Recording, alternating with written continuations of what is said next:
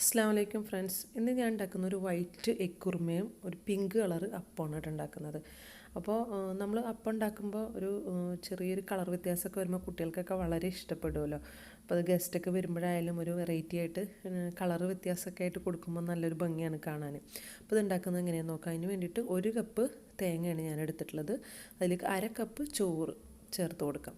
പിന്നെ വേണ്ടത് നമുക്ക് 1/2 കപ്പ് ഞാൻ വെള്ളം ഒഴിച്ചിട്ടുണ്ട്. ഇത് അരച്ചെടുക്കാൻ 3 ചെറിയ ഉള്ളി ചേർക്കുന്നുണ്ട്.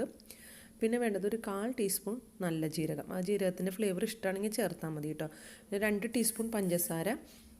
പിന്നെ നമ്മൾ 1/4 ടീസ്പൂൺ ഈസ്റ്റ് ചേർക്കുന്നുണ്ട്. ആവശ്യത്തിനുള്ള ഉപ്പും കൂടി ചേർത്തിട്ട് നന്നായി ഒന്ന് അരച്ചെടുക്കുക. അപ്പോൾ ഇതൊരു കളറിന് വേണ്ടിയിട്ട് നമ്മൾ ചേർത്ത് കൊടുക്കുന്ന ബീട്രൂട്ടാണ് കേട്ടോ. അപ്പോൾ ഈ ഒരു ചെറിയ കഷ്ണത്തിൻ്റെ പകുതിയെ ഞാൻ എടുക്കുന്നുള്ളൂ കേട്ടോ, മുഴുവനായിട്ടൊന്നും എടുക്കുന്നില്ല. അതും കൂടി ഇട്ടിട്ട് നന്നായി ഒന്ന് അരച്ചു കൊടുക്കുക. അപ്പോൾ നമുക്ക് ഈ ഒരു നല്ല കളർ കിട്ടും. അപ്പോൾ ഇനി കളർ വേണ്ടാത്തവർക്ക് അത് ചേർക്കേണ്ട ആവശ്യമില്ല. പക്ഷെ നമുക്ക് ഇടയ്ക്കൊക്കെ ഇതുപോലെ ഗസ്റ്റൊക്കെ വരുമ്പോൾ ഉണ്ടാക്കി കൊടുക്കുമ്പോൾ നല്ല ഭംഗിയല്ലേ കാണാനായിട്ട്. ഇതുപോലെ നമുക്ക് അരച്ചെടുക്കാം. പിന്നെ വേണ്ടത് അരിപ്പൊടിയാണ്. അരിപ്പൊടി 2 കപ്പ് വേണം. അപ്പോൾ അരിപ്പൊടി ഞാൻ ഒരു പാത്രത്തിലേക്ക് ഇട്ടിട്ട്, അപ്പോൾ എൻ്റെ മിക്സി ചെറുതാണ്, അതുകൊണ്ടാണ് ഞാനൊരു വേറെ പാത്രത്തിലിട്ടിട്ട് കുറച്ച് 1 കപ്പ് വെള്ളം ഒഴിച്ചിട്ട് ഒന്ന് 1.5 കപ്പ് വെള്ളത്തോളം ഒഴിച്ചിട്ട് ഞാനൊന്ന് മിക്സ് ചെയ്തിട്ട് ഈ ജാറിലേക്ക് ഒഴിക്കുന്നുണ്ട് കേട്ടോ. എന്നിട്ട് നമുക്കിതൊന്ന് അരച്ചെടുക്കാം. അപ്പോൾ ഈ മിക്സി അല്ലെന്നുണ്ടെങ്കിൽ നമുക്ക് ഈ പൊടി മിക്സിയിലേക്ക് ഇട്ടിട്ട് ഡയറക്റ്റ് തന്നെ അരച്ചാൽ മതിയായിരുന്നു. പക്ഷെ നമുക്കത് എൻ്റെ ജാറ് കുറേശ്ശെ ഇട്ടിട്ട് അരയ്ക്കാൻ പറ്റുള്ളൂ. അതുകൊണ്ടാണ് ഞാനിത് കുറേശ്ശെ ഇട്ടിട്ട് അരച്ചെടുക്കുന്നത്. ഈ അരിപ്പൊടി നമുക്ക് ഇതുപോലെ കുറേശ്ശെ വെള്ളവും കൂടി ഒഴിച്ചിട്ട് അരച്ചെടുക്കാം. അപ്പോൾ കുറച്ച് നന്നായി ഒന്ന് അരച്ചെടുക്കാം. കുറച്ച് നേരം ഒന്ന് അരച്ചാൽ മതി, അരിപ്പൊടിയല്ലേ, എല്ലാം കൂടി ഒന്ന് മിക്സ് ആയാൽ മതി. ഇതുപോലെ നമ്മൾ എല്ലാം ഒന്ന് അരച്ചെടുക്കുന്നുണ്ട്. അപ്പോൾ എല്ലാം അരച്ചെടുത്തതിന് ശേഷം നന്നായി എല്ലാം കൂടിയിട്ട് ഒരു വിസ്കോ ഒരു തവിയെ വെച്ചിട്ട് നമുക്ക് യോജിപ്പിച്ചെടുക്കാം. എന്താണെന്ന് വെച്ചാൽ ആദ്യം അരച്ചതിലല്ലേ ബീട്രൂട്ട് ഉള്ളത്. അപ്പോൾ അതുകൊണ്ട് തന്നെ നമ്മൾ രണ്ടാമത് അരച്ച ആ പൊടിയും കൂടി ഒഴിച്ചിട്ട് ഈ ഒരു തിക്നെസ്സിൽ നമ്മൾ ബാറ്റർ തയ്യാറാക്കിയിട്ട് മൂടി വയ്ക്കാം. തലേ ദിവസം രാത്രി അരച്ച് വെച്ചിട്ട് അപ്പോൾ ഇത് പിറ്റേ ദിവസം രാവിലെ ഞാൻ എടുത്തണം. അപ്പോൾ തണവുള്ള സ്ഥലത്തൊക്കെ ആണെന്നുണ്ടെങ്കിൽ ഓവനിലെങ്ങാനും വെച്ച് ലൈറ്റ് ഇട്ടൊക്കെ വെച്ചാൽ മതി. അല്ലെങ്കിൽ ഒരു ചെറിയ ഇളം ചൂടുവെള്ളത്തിലൊന്ന് ഇറക്കി വെക്കുക, തണവുണ്ടെങ്കിൽ. അപ്പോൾ ഞാനത് ഓവൻ്റെ ഉള്ളിൽ വെച്ചിട്ട് ലൈറ്റ് ഇട്ട് വെക്കുകയാണ് ചെയ്തത് കേട്ടോ. അപ്പോൾ ഇതുപോലെ നന്നായി പൊന്തി വന്നിട്ടുണ്ട്. അപ്പോൾ ഞാൻ ലേശം വെള്ളം കൂടി അതിലേക്ക് ഒഴിച്ചിട്ടുണ്ട്. കുറച്ച് തിക്ക് കൂടുതലായതുകൊണ്ട് കുറച്ചും കൂടി വെള്ളം ഒഴിച്ചിട്ട് ഒരു 2 ടേബിൾ സ്പൂണൊക്കെ വെള്ളം ഒഴിച്ച് ഞാൻ ഇതുപോലെ ലൂസാക്കിയിട്ട് ചട്ടി നന്നായി ചൂടായതിന് ശേഷം ഇതുപോലെ ഒരു ഷേപ്പിലാണ് കേട്ടോ ഞാനിപ്പോൾ ഇത് ചുട്ടെടുക്കുന്നത്. ഇങ്ങനെ അല്ലെങ്കിൽ നിങ്ങൾക്ക് സാധാരണ അപ്പം ഉണ്ടാക്കുന്ന പോലെ ചുറ്റിച്ച് എടുത്താലും മതി കേട്ടോ. അപ്പോൾ ഞാനൊന്ന് മൂടി വെച്ചിട്ട് ഒന്ന് വെന്തതിന് ശേഷം തുറന്നിട്ട് നമുക്കിതുപോലെ എടുക്കാം. വേണ്ട നമ്മൾ സാധാരണ ഉണ്ടാക്കുന്ന പോലെ ഉണ്ടാക്കിയാലും മതി കേട്ടോ. ഞാനിപ്പോൾ ഇതൊരു ഷേപ്പിൽ ഉണ്ടാക്കിയെന്ന് മാത്രമേ ഉള്ളൂ. ഒരു കുട്ടികൾക്ക് കാണാനൊരു രസമായിരിക്കുമല്ലോ ഈ ഒരു ഷേപ്പിലും പിങ്ക് കളറൊക്കെ ആയിട്ട് കാണുമ്പോൾ. അതുകൊണ്ട് ഇങ്ങനെ ഉണ്ടാക്കിയെന്ന് മാത്രമേ ഉള്ളൂ. അപ്പോൾ എല്ലാം നമുക്ക് ഇതുപോലെ ഒന്ന് ചുട്ടെടുക്കാം. നല്ല സോഫ്റ്റ് ആയിട്ടുള്ള അപ്പമാണ്. നമ്മൾ അരിയൊന്നും കുതിർത്ത് വെക്കേണ്ട ആവശ്യമില്ല. അരിപ്പൊടി ചേർത്തിട്ട് വളരെ എളുപ്പത്തിൽ ഉണ്ടാക്കാൻ പറ്റുന്നൊരു അപ്പമാണ് കേട്ടത്.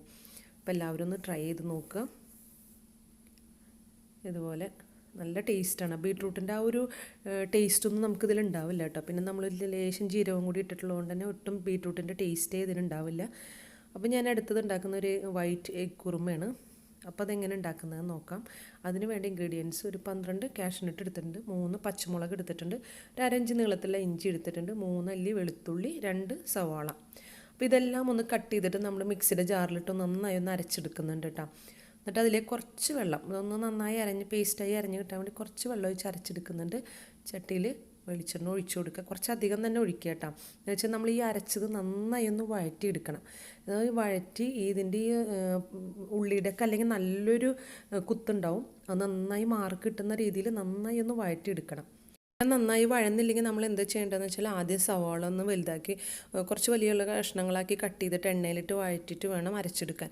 അപ്പോൾ അത് ഒഴിവാക്കാൻ വേണ്ടിയിട്ടാണ് ഞാനിപ്പോൾ എല്ലാം കൂടി അരച്ചിട്ട് ഇതുപോലെ നന്നായി ഒന്ന് വഴറ്റിയെടുക്കണം കേട്ടോ. അപ്പോൾ നമ്മുടെ ആ ഒരു ഉള്ളിയുടെയൊക്കെ ഒരു പച്ച കുത്ത് മാറുന്ന വരെയും വഴറ്റണം. നമ്മൾ കുറച്ച് കറിവേപ്പില ഇതിലേക്ക് ഇട്ട് കൊടുക്കുന്നുണ്ട്. എന്നിട്ട് നന്നായി ഒന്ന് വഴറ്റി ആ എണ്ണയൊക്കെ ഒന്ന് തെളിഞ്ഞ് വരുന്ന വരെ ഒന്ന് വഴറ്റി കൊടുക്കുക. അതിലേക്ക് അത് വഴന്ന് വന്നതിന് ശേഷം അതിലേക്ക് 2 പാൽ, 1 കപ്പ് 2 പാൽ ഒഴിച്ചു കൊടുത്തിട്ടുണ്ട്.